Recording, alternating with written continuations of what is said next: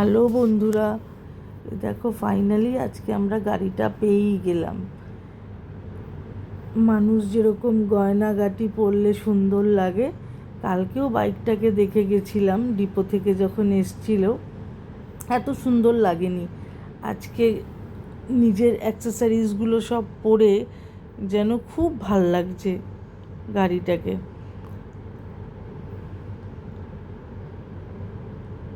এখন কিছু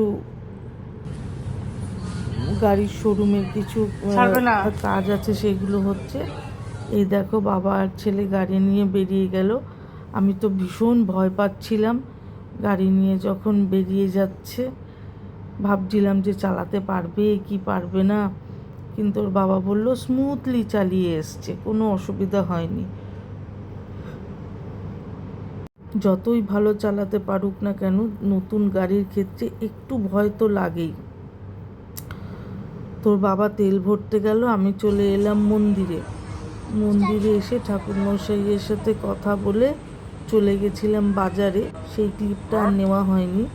উনি বলেছিলেন একটু মিষ্টি, দুটো মালা, তারপরে হচ্ছে দুটো লেবু, একটা নারকেল নিয়ে আসতে, একটা চেলি, লাল চেলি। তো আমি সেগুলো কিনে এনে তারপরে উনি পুজোতে বসলেন। আগে মায়ের কাছে সব পুজো উৎসর্গ করে তারপরে উনি গাড়ি পুজো করবেন। আমার এই মন্দিরে আসলে ওনার পুজোটা খুব ভালো লাগে, মন ছুঁয়ে যায়।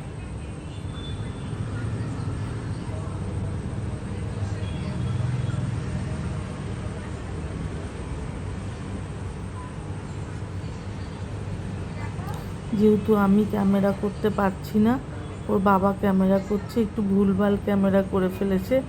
যাই হোক, তোমরা একটু মানিয়ে গুছিয়ে নিও। আর যেহেতু প্রত্যেকটা জিনিস তোমাদের সাথে আমি শেয়ার করি, তাই চেষ্টা করি যে প্রত্যেকটা আনন্দের মুহূর্তগুলো তোমাদের কাছে তুলে ধরার।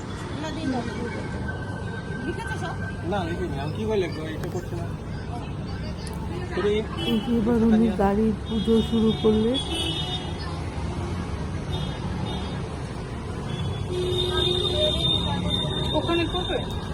আজকে আমরা সবাই ভীষণ ক্লান্ত। ছেলে সকালে পরীক্ষা দিতে গেছে, আজকে ওর লাস্ট পরীক্ষা ছিল, তোমরা জানোই এইচএসের লাস্ট এক্সাম ছিল আজকে। তো ছেলে মেয়ের পরীক্ষা থাকতে দেখবে একটা অদ্ভুত টেনশন থাকে। তারপরে ছেলে এলো, খেতে দিলাম, ওর বাবা গেল আরটিওতে, কিছু গাড়ির ডকুমেন্টেশনের ব্যাপারে গেল, তারপরে আসলো, এসে আবার এই গাড়িটা নিতে এলাম, পুজো দিতে গেলাম।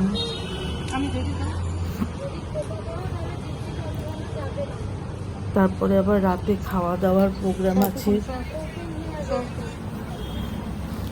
এই সব কিছু মিলিয়ে আজকে আমরা ভীষণ ক্লান্ত। আবার জানো, কালকে আবার আমার মেয়ের রেজাল্ট। ভাবলাম কালকের দিনটা একটু রেস্ট নেব, কোনো উপায়ই নেই। আমরা সবাই চলে এসেছিলাম, আমার বোন, ছেলে, মেয়ে, আমি, ওর বাবা। এই গাড়িটা হাতে পাওয়ার আগে পর্যন্ত ওর বাবা ইউটিউবে এত এই গাড়িটার ভিডিও দেখেছে, আমার মনে হয় না যারা বিক্রি করেছে তারাও এত সব ফিচার্স জানে যেটা আমার বর জানে।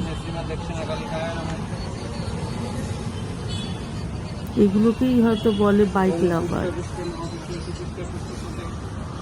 ঠাকুরমশাই মন দিয়ে পুজো দিচ্ছেন। এই মন্দিরের একটা নিয়ম আছে দেখলাম, তো এই বাইক পুজো দিতে এসে যার নামে বাইকটা, তার নাম, ফোন নাম্বার, অ্যাড্রেস লিখে নেওয়া হয়, আর কিছু মূল্য ধরে দিতে হয় এই মন্দিরের কাজের জন্য। এখন নারকোলটা উনি ভাঙছেন।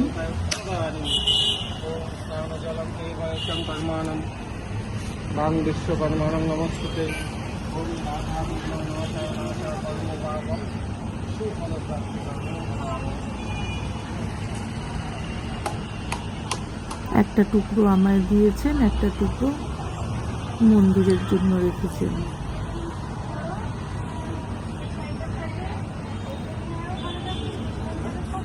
গাড়িটা যখন নেবেন না, এই দুটো লেবু যাতে পিষে যায়, সামনে নিয়ে আসবেন, লেবু দুটো পিষে যাবে, ঠিক আছে? এটা আপনার কথা। আর এটা কোনোদিন খুলবেন না, এটা থাকবে গাড়িতে। যদি এখানে কোথাও ছিঁড়ে পড়ে যায় সেটা আলাদা ব্যাপার, মানে এটা থাকবে। থাকবে।